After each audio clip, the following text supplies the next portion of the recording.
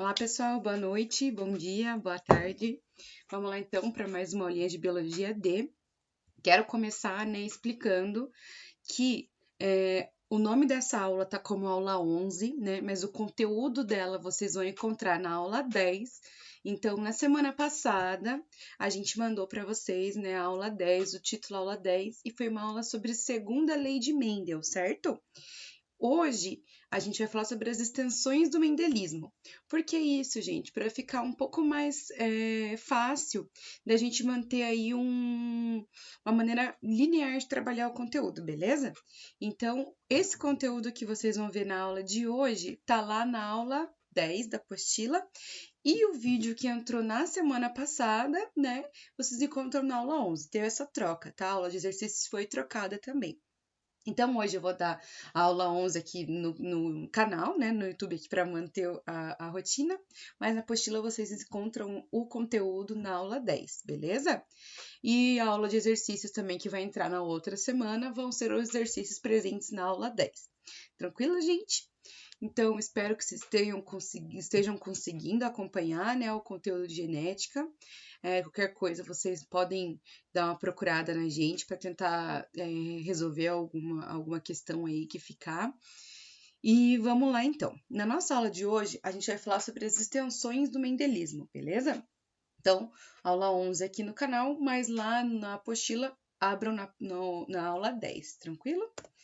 Então, gente, vamos relembrar que, quando na apostila, quando a gente vai pesquisar um pouquinho sobre as leis de Mendel, que a gente viu na aula passada, na aula retrasada, a gente tem que lembrar que Mendel não foi reconhecido, assim que ele propôs as leis dele. Essas leis foram reconhecidas depois de um certo tempo de publicação, E também, quando essas leis foram cunhadas, a gente não tinha uma nomenclatura tão certinha como a nomenclatura que a gente tem atualmente.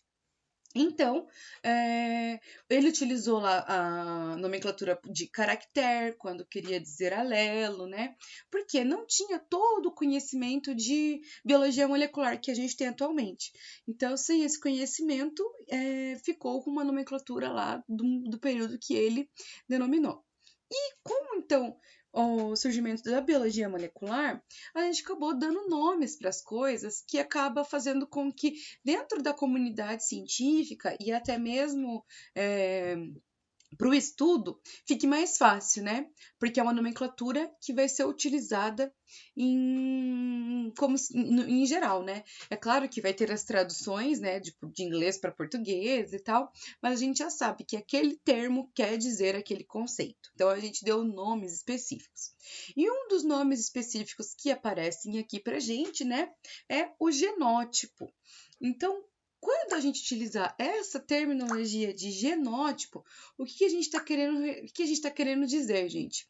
Que o genótipo está se referindo à constituição genética de um indivíduo. Ou seja, quais alelos de determinados genes, aquele organismo apresenta.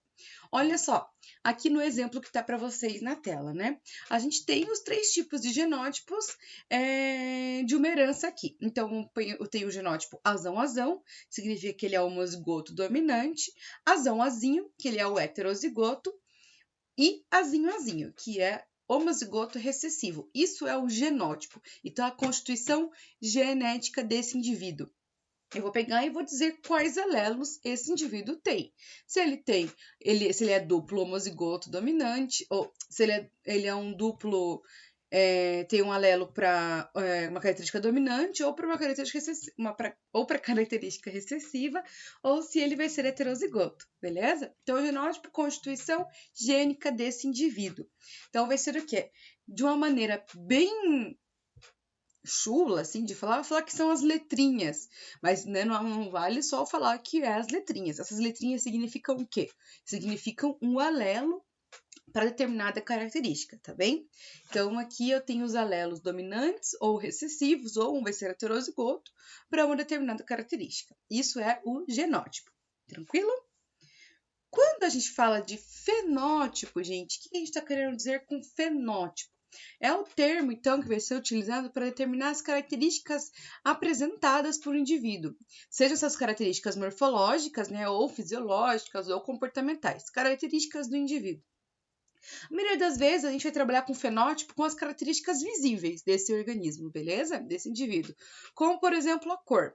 A maioria dos exercícios vão trabalhar com essas características morfológicas, né?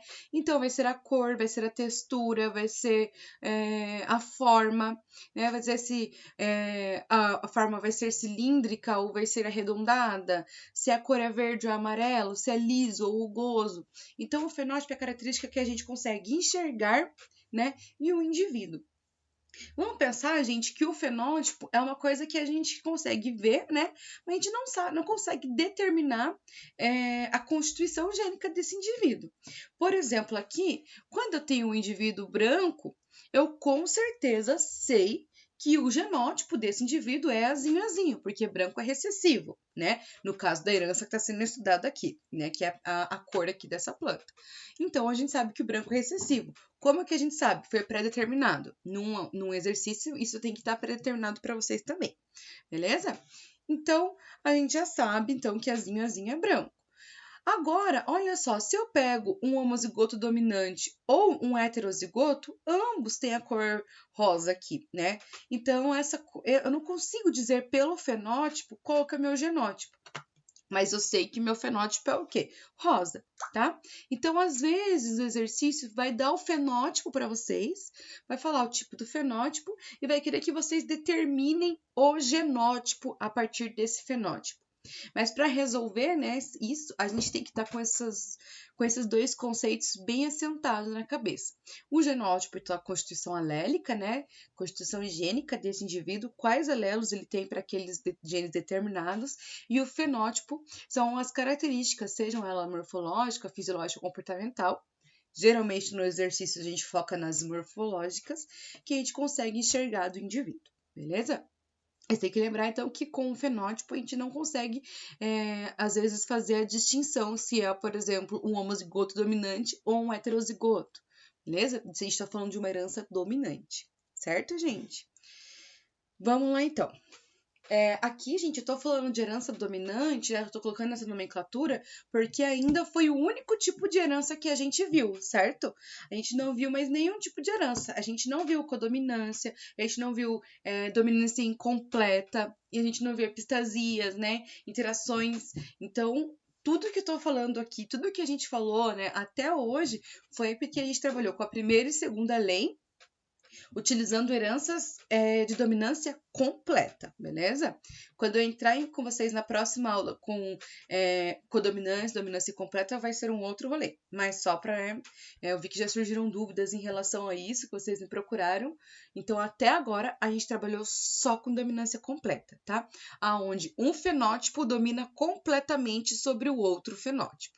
Lembra lá, a ervilha amarela domina completamente sobre a ervilha verde. A lisa completamente sobre a ervilha rugosa, tá? Então, no caso aqui, ó, da minha herança, né, que é a dominância completa, se é branco, eu já sei que o fenótipo azinho quer dizer que, já sei que o fenótipo branco quer dizer genótipo azinho. E eu não consigo identificar só olhando se a minha flor aqui rosa, ela é homozigoto dominante ou heterozigoto. Então tem que dar um jeito de descobrir isso. E eu já vou mostrar para vocês como que faz. Outra coisa também, né? A gente sempre, quando você pensar em fenótipo, você tem que lembrar que esse fenótipo não quer dizer muita coisa, né? A não ser que o exercício te fale, né? Um fenótipo tal, mas que o organismo o indivíduo é heterozigoto. Por exemplo, se eu pegar uma ervilha amarela na mão, eu não sei se ela é homozigoto dominante ou é heterozigoto. O exercício tem que me dar essa informação ou eu vou encontrar essa informação, tá bem? Gente, outra coisa importante sobre o fenótipo também é que o fenótipo ele não é literalmente a expressão dos alelos que o indivíduo tem, tá? Só porque eu tenho azão, vai ser isso aqui exatamente. A gente tem que lembrar que o fenótipo ele é uma interação entre o genótipo e o meio ambiente, tá? E o ambiente onde o indivíduo e vive, beleza? Então, o que vai acontecer? Eu tenho lá os meus genes, né, desculpa, os alelos, né, para determinado gene, e eu vivo em um ambiente. Vamos supor que um outro indivíduo tenha os mesmos alelos, né, para aquela característica e vive em um ambiente diferente. Será que necessariamente a expressão que eu vou ver fenotípica dele desses dois indivíduos são iguais? Não são, né? Então a gente tem que lembrar que o fenótipo, né, quando a gente falar de conceito, ele é resultado da interação entre o genótipo mais o meio ambiente, né? O meio em que ele habita. Por exemplo, se eu tiver indivíduos, por exemplo, gêmeos que são meu Deus, fugiu a palavra. Homozigóticos.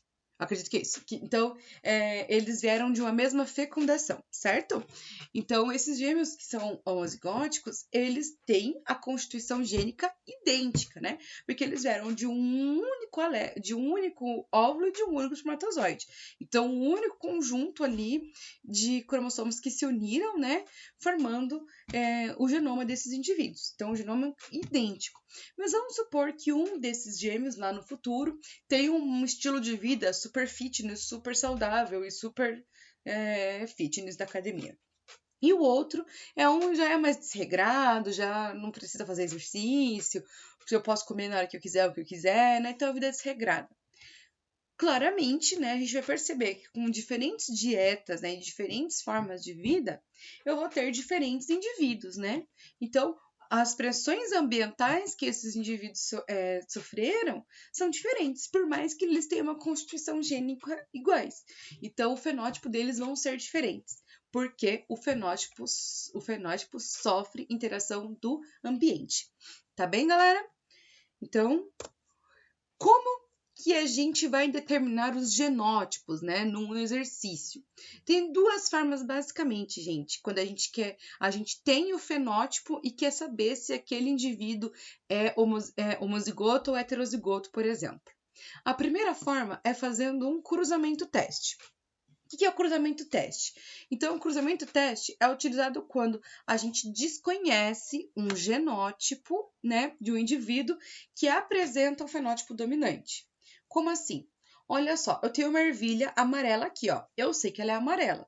Se ela é amarela, tem pelo menos um Vzão, beleza? Mas eu não sei a constituição gênica, o outro alelo, né? Como que eu faço, então, para descobrir esse outro alelo? Eu faço o cruzamento com uma ervilha que eu necessariamente conheço a constituição alélica dela, né?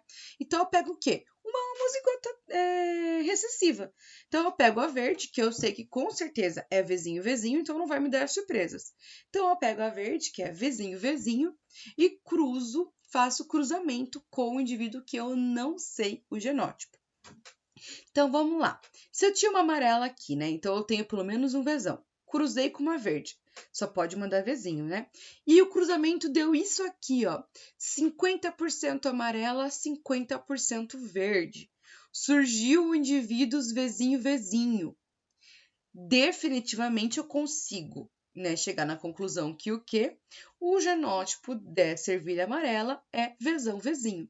Porque para ter surgido ervilhas verdes aqui, necessariamente essa ervilha amarela também tem que ter mandado o alelo recessivo. Então, ficou aqui, juntou o recessivo que eu já tinha com o recessivo aqui que eu descobri, eu já sei, então, que quando eu tenho um cruzamento teste, uma característica que tem o fenótipo dominante, eu não sei o genótipo dela, cruzo com quem tem o fenótipo recessivo, né? E aparecem as duas características, significa que aquele indivíduo que eu não conhecia o genótipo antes é heterozigoto. Agora vamos supor aqui no outro exemplo, a mesma coisa, né? Eu tenho a amarela, eu não sei o genótipo. O que eu vou fazer? Cruzo com o recessivo, que eu tenho certeza do genótipo, né? E o que vai acontecer? Olha o que aconteceu nesse caso aqui. 100% amarela. Se é 100% amarela, significa que não teve nenhum Vzinho para juntar com os dois gametas aqui Vzinho. Então, definitivamente, aqui é Vzão. Tranquilo, gente? Então, isso que é o cruzamento teste. Eu fazer o cruzamento de um indivíduo com um fenótipo dominante, cujo eu não conheço o genótipo, cruzo com o recessivo, que eu tenho certeza do genótipo, e se dependendo de como forem os meus descendentes, eu chego à conclusão. Se for 50% de cada um, é heterozigoto. Se for 100% dominante, significa que aquele que eu não conhecia o genótipo era homozigoto dominante. Beleza? Outra forma de determinar o genótipo também, galera, vai ser o quê? O que a gente chama de retrocruzamento. O que significa o retrocruzamento, gente? É eu cruzar, é um tipo, na verdade, de cruzamento teste específico, né? Mas que eu faço cruzamento entre indivíduos da mesma linhagem, tá? Então, o que eu peguei aqui, olha, lembra lá como que funcionam os cruzamentos, né? Eu tenho a linhagem pura, a linhagem híbrida, né? Ou então a geração P, a F1 e a F2. O retrocruzamento vai ser quando eu pego os indivíduos aqui ou da F1 ou da F2 e cruzo com o meu indivíduo recessivo da F1, tá bem? Então, vamos supor aqui, eu posso pegar o meu indivíduo heterozigoto aqui da F1 e cruzar com o meu recessivo do parental. Para quê? Para descobrir, né, qual alelo está dominando, no caso, né, se eu quiser descobrir qual alelo está dominando, então fazer um cruzamento. Ou também eu posso pegar aqui os meus indivíduos da F2, né, e cruzar com o meu indivíduo recessivo aqui parental. Para quê? Eu consigo aqui, fazendo o cruzamento, se eu pegar todos os meus indivíduos aqui que apresentam a característica dominante, né? Então, possuem o fenótipo que é expresso da característica dominante, eu consigo separar aqui quem são os homozigotos dominantes e quem são os heterozigotos. Então, quando a gente fala de retrocruzamento, é o mesmo princípio aqui do cruzamento teste, só que eu estou usando indivíduos da mesma linhagem, tá? Então, eu pego sempre o indivíduo que eu quero descobrir o genótipo e cruzo com o meu parental recessivo. Beleza, gente? E aqui a gente fecha o primeiro bloco dessa aula, tá? Que eu queria trabalhar com vocês os conceitos de genótipo e fenótipo e queria, né, mostrar como que a gente faz aí para achar os genótipos em um exercício. A maioria dos exercícios, e quando envolve genética, né, vai estar envolvido um padrão de herança, então ou herança dominante, né, que foi quem a gente viu até agora, ou dominância completa, ou codominância, ou epistasia, e sempre vai já estar trabalhando com os cruzamentos, por isso que nunca é demais a gente falar de cruzamento, tá? Sempre mostrar aqui como que faz separa os gametas, né? Um para cada quadradinho ali, porque isso vai seguir para a gente até a gente terminar o final da genética. Tranquilo, gente? Então, esse primeiro bloco era isso. O segundo bloco, gente, são os heredogramas. Vocês vão ver que tem exercícios de heredogramas na aula 10 e eu aprofundei um pouco mais aqui na aula que não estava na apostila de vocês. Então, essa tela aqui, ó, vocês podem pausar aí o vídeo ou printar para mexer depois, o que vocês acharem melhor.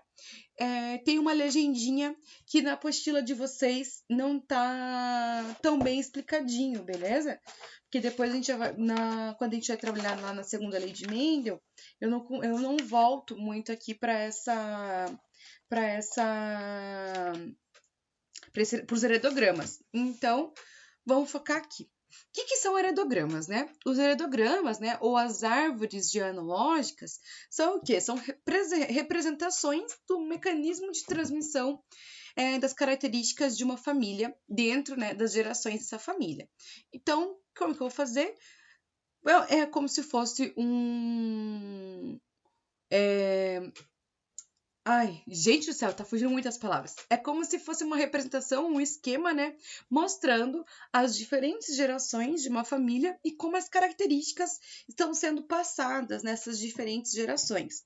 E tem, né, uma determinação de como que esse heredograma tem que ser formado, beleza? Então, por exemplo, aqui, ó, eu tenho os principais símbolos daqui dos meus heredogramas, né? Sempre que aparecer um quadradinho vai ser um indivíduo masculino. Quando aparecer uma bolinha, né, um círculo, indivíduo do sexo feminino. Aqui, o triângulozinho tá relacionado, vai estar determinando uma criança, sem determinar o sexo aqui. Esse losango, esse quadradinho virado, é um indivíduo que está com sexo desconhecido, não teve conhecimento de qual era o sexo. Opa! Quando qualquer um desses símbolos aqui estiverem pintados, gente, né? Estiverem pintados, vai ser o quê? Indivíduos com a anomalia ou com a característica que a gente está estudando, beleza? Então, apareceu um indivíduozinho pintado lá, é a característica que a gente está estudando, tranquilo? E aqui desse lado, né? Então, a gente vai ter aqui, ó. Quando existe um traço entre dois indivíduos, né? Significa que esses indivíduos foi um cruzamento, esses indivíduos, né, tiveram a troca de gametas ali, um cruzamento, e o que está pendurado aqui, esse pacotinho pendurado, é o filho, né, gerado desse cruzamento. Então, a gente tem um casal aqui, esse casal gerou um filho do sexo masculino. Tranquilo? Quando eu tenho, gente, dois indivíduos ligados por dois traços em vez de um traço só, o que isso quer dizer? Cruzamento consanguíneo. Então, é um cruzamento entre indivíduos da mesma família, tá? Então, isso que a gente quer dizer consanguíneo. Então, por exemplo, um casamento entre primos, um casamento, né, entre indivíduos da mesma família. Beleza? Isso é um cruzamento consanguíneo. E é muito importante a gente deixar isso registrado no heredograma, porque casamento consanguíneo, né, cruzamento consanguíneo, pode fazer com que apareça aí alguma anomalia que normalmente não era para aparecer, né? Porque o risco de eu juntar aqui alelos recessivos é maior. Então, aqui um cruzamento consanguíneo que gerou um descendente. Então, aqui eram duas pessoas aparentadas, né, que casaram e gerou aqui um descendente, um indivíduo. E quando eu tenho esse tipo aqui de ligação entre um quadradinho e um círculo, por exemplo, ou dois quadradinhos, dois círculos, né? Enfim, por exemplo, de um ramo, esse ramo, ele vai se dividir e vai ter duas coisinhas penduradas aqui. Isso significa o quê? Irmãos. Então, se você tem 3 irmãos, por exemplo, que nem é o meu caso aqui, vai ter a minha mãe uma bolinha, meu pai um quadradinho, vai ter pendurado nesse cruzamento 4 indivíduos. Eu, por exemplo, que sou a bolinha, e meus 3 irmãos, 3 quadradinhos, né? De vocês aí, vocês podem treinar para fazer em casa como vocês quiserem. Beleza? Vamos ver exemplos de heredogramas então, pessoal. Olha só, esse primeiro heredograma aqui que eu trouxe é o heredograma que está na apostila de vocês também, na aula 10, né, que a gente está vendo na aula 10, é um heredograma que mostra uma característica dominante.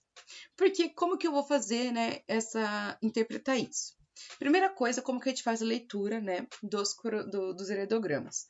Olha só, cada linha aqui é uma geração. Primeira geração, segunda geração, terceira geração.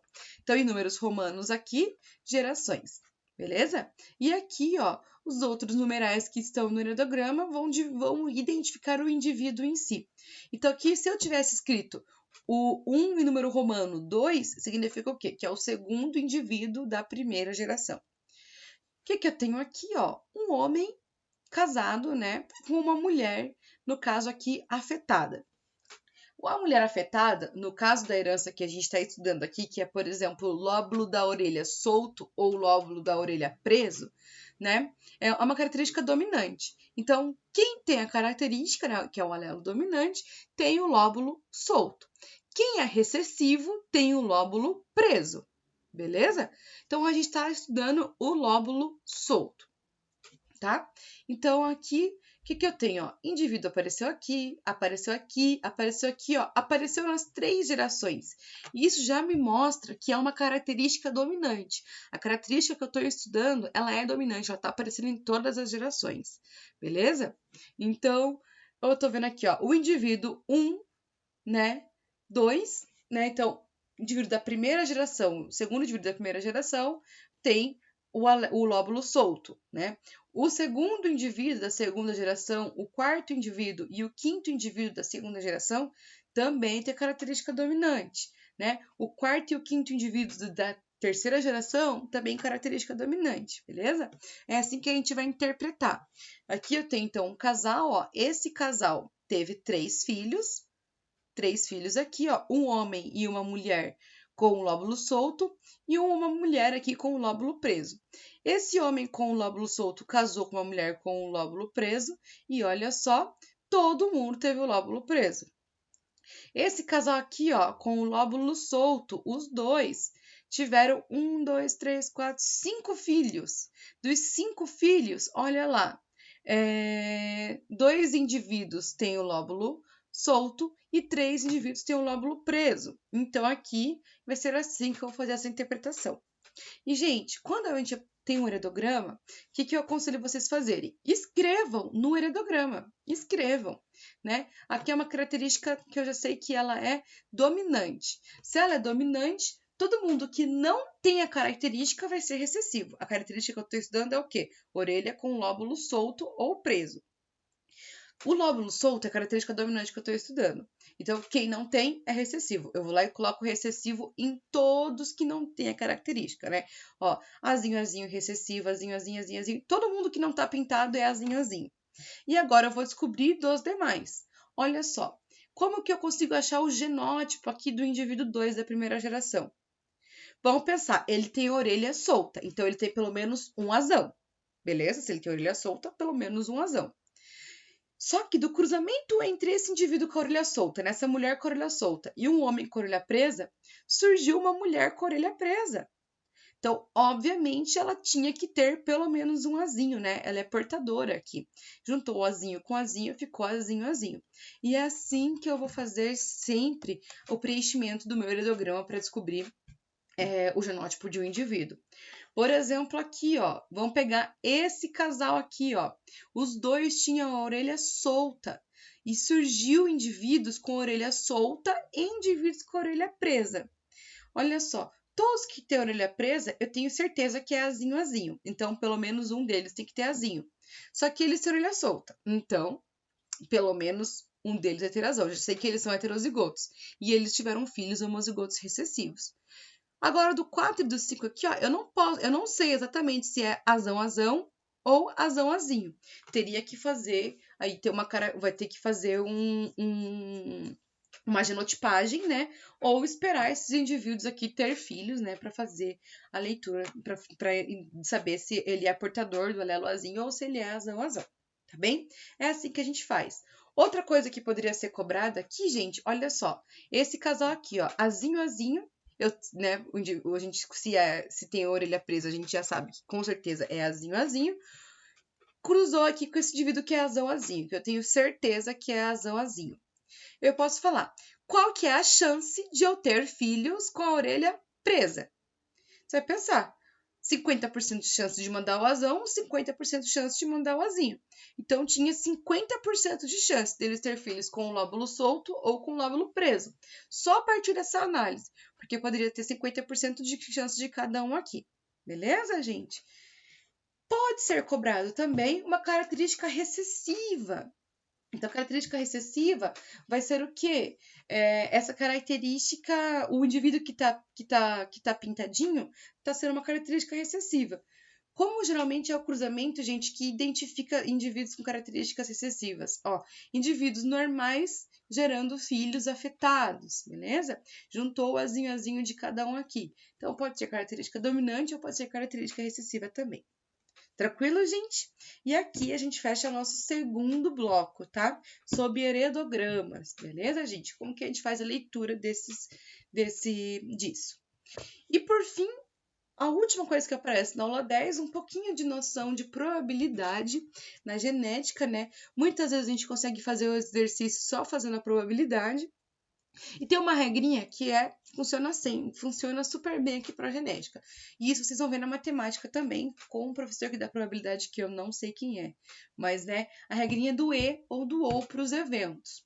Por exemplo, quando a gente está estudando um evento, né, a gente está fazendo uma conta e a gente fala que esse evento é aleatório. Por exemplo, quando isso significa o quê? Quando a gente fala que um evento é aleatório, quando um evento vai excluir o outro.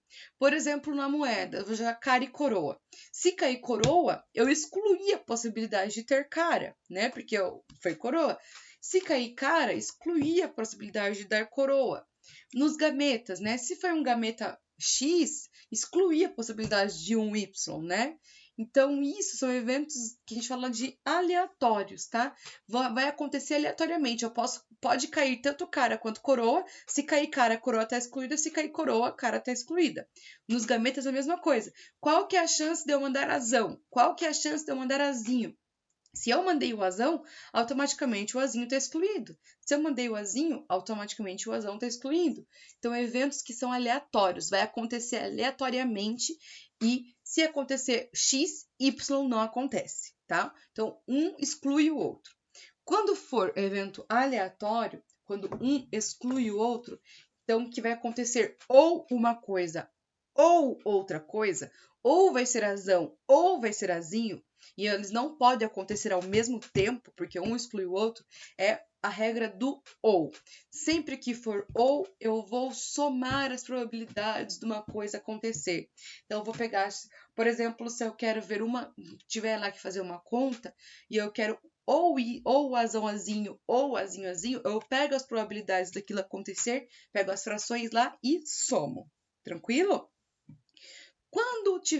Quando eu falar que os meus eventos, eles são independentes, ou seja, um não influencia sobre o outro, e sempre quando eu falar de evento independente aqui na genética, sempre vai ser, gente, quando eu estou estudando duas características ou quando a gente está falando de irmão.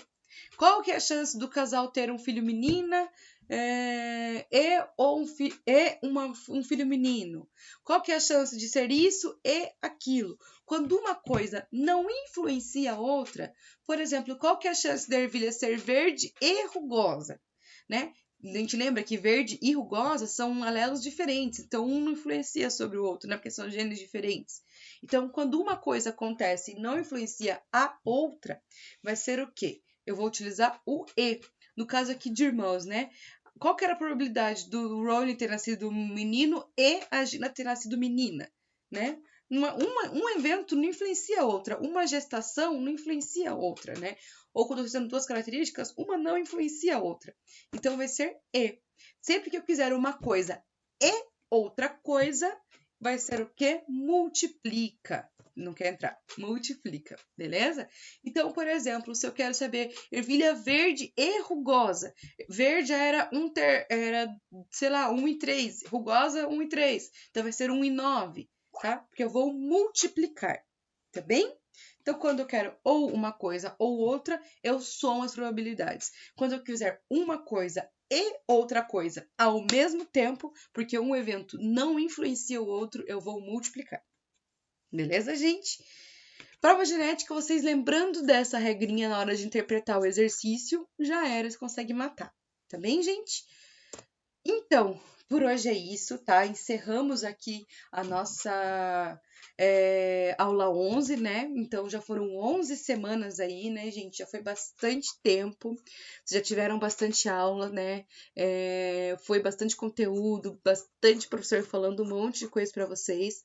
E em nenhum momento, assim, geralmente quando em sala, eu acho que a gente tá meio afastado, né? Meio, não completamente afastado. Geralmente, os alunos que já tiveram aula comigo antes, que me conheceram um pouco mais, sabe que eu gosto muito de interagir, de conversar com vocês, conhecer vocês. E infelizmente, né, nesse método a gente tá um pouco mais afastado. Eu tô num ano bem turbulento também, né? Como todo mundo, sei que não sou o alecrim dourado, então todo mundo muito turbulento. Então, a gente não tem essa proximidade, assim. Mas eu queria encerrar essa aula, que já deve estar gigante, falando, assim, para vocês que vocês consigam recarregar a força de vocês para continuar, que mesmo estando remoto, eu sei que é muito difícil vocês estudarem sozinhos em casa, né? Por mais que tenha aula todo dia, às vezes a gente abre as reuniões no Meet, né? Tem professores que estão mais próximos, professores mais afastados, mas que eu tô torcendo muito para vocês estarem conseguindo acompanhar o conteúdo. E nesse momento, eu acho que a gente está exercitando muito a individualidade, né? A gente está exercitando nós mesmos ir buscar o nosso conhecimento, a gente ter uma rotina de estudo, então a gente conseguir se organizar. Eu digo até nós, professores, né, para manter uma rotina de gravação. Então, eu espero assim que vocês estejam motivados a continuar, tá? Mantendo o ritmo de vocês e procurem, se agarrem a essa oportunidade de manter essa rotina de vocês, que eu tenho certeza que vocês vão colher bons frutos, né? No futuro aí a gente vai ter o nome de vocês na lista de aprovação, beleza? E que por mais assim que eu não estou tão próxima de vocês esse ano, eu estou aberta caso alguém precise falar comigo, caso alguém queira conversar, me procurem lá no Instagram, no Facebook, sei lá, pede meu número que eu tento atender vocês, tá? Da melhor forma possível. Beleza, gente? Então, um abraço, um beijo aí para cada um, bons estudos para vocês e lembrem que a gente tá aqui do lado de vocês para apoiar sempre, beleza, gente? Então é isso, galera. Até a próxima aula. Tchau, tchau.